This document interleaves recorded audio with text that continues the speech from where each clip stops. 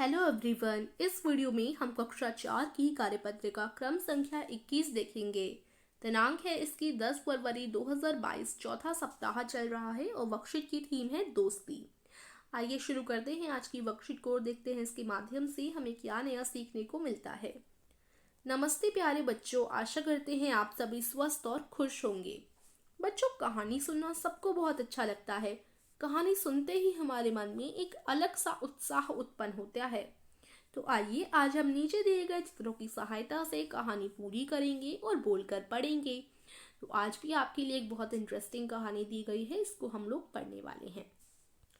जंगल में, अभी किसका चित्र है? ऊंट का। तो जंगल में ऊंट और ये किसका चित्र है? लोमड़ी का। तो जंगल में ऊंट और लोमड़ी की मित्रता थी। एक दिन लोमड़ी, जिस हिसाब से चित्र बने हुए हैं ना, उस हिसाब से आपको कहानी को समझना है।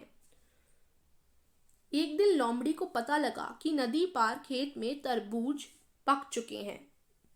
उसके लिए नदी पार करना संभव नहीं था। अतः लोमड़ी ने उसे कहा, क्या तुम मुझे अपनी पीठ पर बिठाकर नदी पार ले चलोगे? ऊंट बोला, ठीक है मित्र, और लोमड़ी को पीठ पर बैठाकर ले गया। कुछ ही देर में दोनों वाटरमेलन यानी कि तरबूज के खेत में पहुंच गए। लोमड़ी का पेट भर गया तो खुशी से हुआ हुआ की आवाजें निकालने लगा। ऊंट ने उसे शांत करने का प्रयास भी किया। तभी खेत में किसान उनकी आवाज सुनकर दौड़ा आया। ऊंट को देखकर किसान ने उसे लाठी से मारना शुरू कर दिया। लोमड़ी भागकर पेड़ के पीछे छिप गया। ऊंट कराहते हुए बाहर निकला और पूछा कि तुम हुआ हुआ क्यों करने लगे? उसने कहा कि अगर मैं ऐसा ना करूं तो मेरा खाना नहीं पचता। वे जंगल की ओर लौटने लगे। मार खाने के बाद भी ऊंट लोमड़ी को पीठ पर लादे नदी में तैर रहा था। अचानक ऊंट ने पानी में डुबकी लगा दी।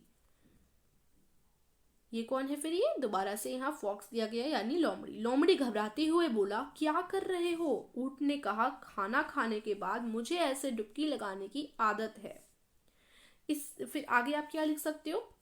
इससे लोमड़ी को सबक मिला। फिर लोमड़ी ने माफी मांगी और वे खुशी खुशी जंगल चले गए। इस तरीके से आप इसका आंसर लिखेंगे। मतलब आंसर नहीं है, ये कहानी को हमें लास्ट में खुद पूरा करना था, तो आप इस कहानी को ऐसे पूरा कर सकते हैं। ठीक है। प्रश्न 1, उपरोक्त कहानी को पढ़ते हुए इस कहानी का अंत आप अपने शब्दों में लिखिए। ये प्रश्न 1 था, इसलिए हमने कहानी का अंत खुद के शब्दों में लिखा है। प्रश्न 2 देखने से पहले मैं आपको बताना चाहूंगी, पॉज गेम चल रहा है हमारे चैनल पे, जिसकी लिंक मैं आपको डिस्क्रिप्शन में दे दूंगी। आप जाकर उस गेम को खेल सकते हो। और अगर आप दूसरे देशों की भाषाएं बोलना सीखना चाहते हो तो उसके लिए 5 ऐसी बेस्ट ऐप जिन्हें आप अपने फ़ोन में डाउनलोड कर दूसरे देशों की भाषाएं सीख सकते हैं, वो एक वीडियो में बताई गई है। उस वीडियो की लिंक भी आपको मैं डिस्क्रिप्शन में दे दूंगी। अब प्रश्न 2 है, ऊंट को रेगिस्तान का जहाज क्यों कहा जाता है, पता लगाइए। तो आंसर आप लिख सकते हैं, वे पानी के जहाज की तरह रेतीले, सैलाब और टीलों पर आसानी से चल सकते हैं और अपनी पीठ पर सवारी के साथ साथ सामान भी ले जाते हैं। यही कारण है उन्हें रेगिस्तान का जहाज भी कहा जाता है। फिर आओ बातचीत करें। यहाँ पर ये लोग आपस में क्या बातचीत कर रहे हैं ये आपको पता लगा कर लिखना है। तो आप खुद से कुछ भी बनाकर इनके वाक्य लिख सकते हैं। जैसे ये बोल रहे होंगे, थैला देना। ठीक है, इस तरीके से मांग रहे होंगे थैला देना।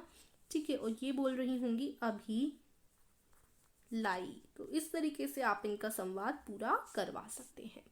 तो ये थी हमारी आज की वर्कशीट। आशा करती हूँ आपको वर्कशीट समझ आई होगी।